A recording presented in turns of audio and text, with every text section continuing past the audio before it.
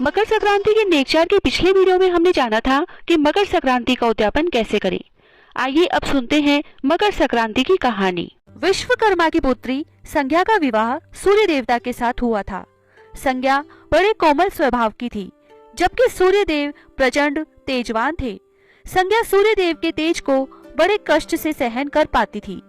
सूर्य देवता का तेज बहुत अधिक था, जिसे लेकर संज्ञा परेशान रहती थी। वह सोचा करती थी कि मुझे किसी तरह तप आदि से सूर्य देव की अग्नि को कम करना चाहिए। जैसे तैसे दिन बीतते गए। संज्ञा के गर्भ से मनु, यमराज और यमुना 3 संतानों ने जन्म लिया, लेकिन संज्ञा अब भी सूर्य देव के तेज से घबराती थी। फिर एक दिन परेशान होकर उन्होंने निर्णय लिया कि वे तपस्या कर सूर्य देव के तेज को कम करेंगी।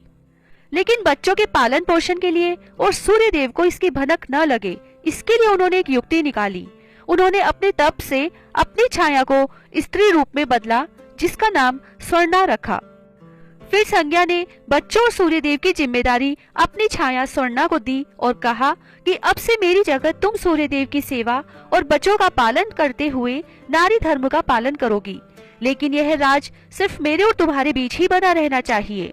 फिर संज्ञा वहां से चलकर पिता के घर पहुंची और अपनी परेशानी बताई, तो पिता ने डांट फटकार लगाते हुए वापस भेज दिया।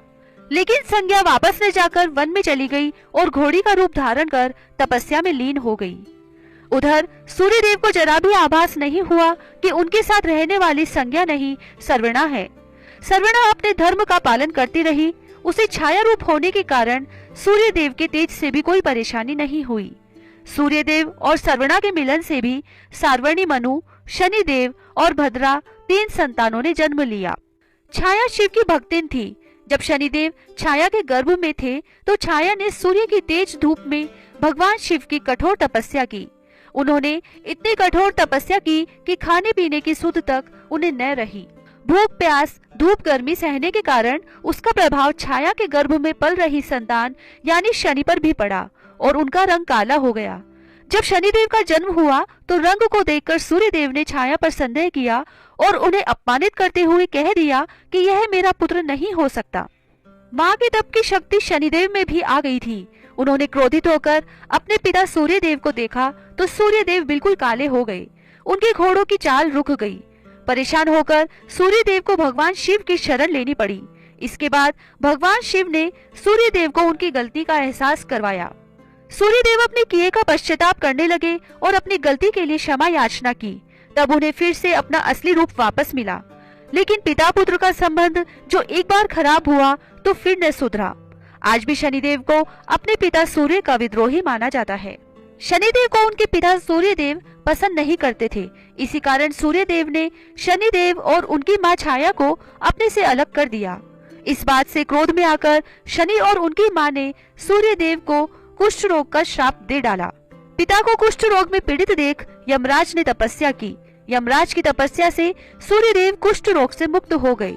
लेकिन सूर्य देव ने क्रोध में आकर शनिदेव और उनकी माता का घर कुंभ को जला दिया। इससे दोनों को बहुत कष्ट हुआ। यमराज ने अपनी सौतेली माता और भाई शनि को कष्ट में देख उनके कल्याण के लिए पिता सूर्य को समझाया। यमराज की बात मानकर सूर्य देव शनि से मिलने उनके दूसरे घर मकर पहुँचे। कुंभ में आग लगने के बाद वहां सब कुछ जल गया था, सिवाय काले तिल के। शनिदेव उन काले तिलों को अपने पिता सूर्य देव को समर्पित करने के लिए अपने साथ बांधकर अपने दूसरे घर मकर में ले आए थे। इसीलिए शनिदेव ने अपने पिता सूर्य देव की पूजा काले तिल से की। तभी से मान्यता है कि शनिदेव को तिल की वजह से ही उनके पिता, घर और सुख की प्राप्ति हुई। तभी से मकर संक्रांति पर सूर्य देव की पूजा के साथ तिल का बड़ा महत्व माना जाता है। यमराज की बात मान सूर्य देव अपने पुत्र शनि से मिलने जिस दिन उनके दूसरे घर मकर में पहुंचे थे, उस दिन को मकर संक्रांति के रूप में मनाया जाता है और इस दिन दान पुण्य का भी बहुत महत्व माना जाता है। बिंदाई जी की कहानी। एक बार गणेश जी एक लड़के का वेश धरकर नगर में घूमने निकले। उन्होंने अपने साथ में चुटकी भर चावल और चुल्लू भर दूध ले लिया। नगर में जो भी घूमते हुए मिलता उससे खीर बनाने का आग्रह कर रहे थे। बोलते, माई खीर बना दे, और लोग सुनकर हंसते रहे।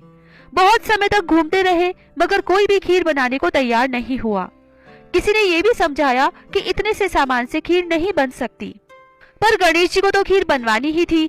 अंत में एक गरीब बूढ़ी अम्मा ने उन्हें कहा, बेटा चल मेरे साथ, मैं तुझे खीर बनाकर खिलाऊंगी। गणेश जी उसके साथ चले गए। बूढ़ी अम्मा ने उनसे चावल और दूध लेकर एक बर्तन में उबलने चढ़ा दिया। दूध में ऐसा उफान आया कि बर्तन छोटा पड़ने लगा। बूढ़ी अम्मा को बहुत आश्चर्य हुआ, कुछ समझ नहीं आ रहा था। अम्मा ने घर का सबसे बड़ा बर्तन लिया, वो भी पूरा भर गया। खीर बढ़ती ही जा रही थी, उसकी खुशबू भी चारों तरफ फैल रही थी। खीर की मीठी मीठी खुशबू के कारण अम्मा की बहू के मुंह में पानी आ गया। उसकी खीर खाने की तीव्र इच्छा होने लगी। उसने एक कटोरी में खीर निकाली और दरवाजे के पीछे बैठकर बोली, ले गणेश तू भी खा, मैं भी खाऊं, और खीर खा ली। बूढ़ी अम्मा ने बाहर बैठे गणेश जी को आवाज लगाई, बेटा तेरी खीर तैयार है, आकर खा ले। गणेश जी बोले, अम्मा तेरी बहू ने भोग लगा दिया, मेरा पेट तो भर गया, खीर तू गांव वालों को खिला दे। बूढ़ी अम्मा गांव वालों को निमंत्रण देने गई। सब हंस रहे थे। अम्मा के पास खुद तो खाने के लिए कुछ है नहीं, पता नहीं गांव को कैसे खिलाएगी, पर फिर भी सब आए। बूढ़ी अम्मा ने सबको पेट भर खीर खिलाई। ऐसी स्वादिष्ट खीर उन्होंने आज तक नहीं खाई थी। सभी ने तृप्त होकर खीर खाई, लेकिन फिर भी खीर खत्म नहीं हुई, भंडार भरा ही रहा।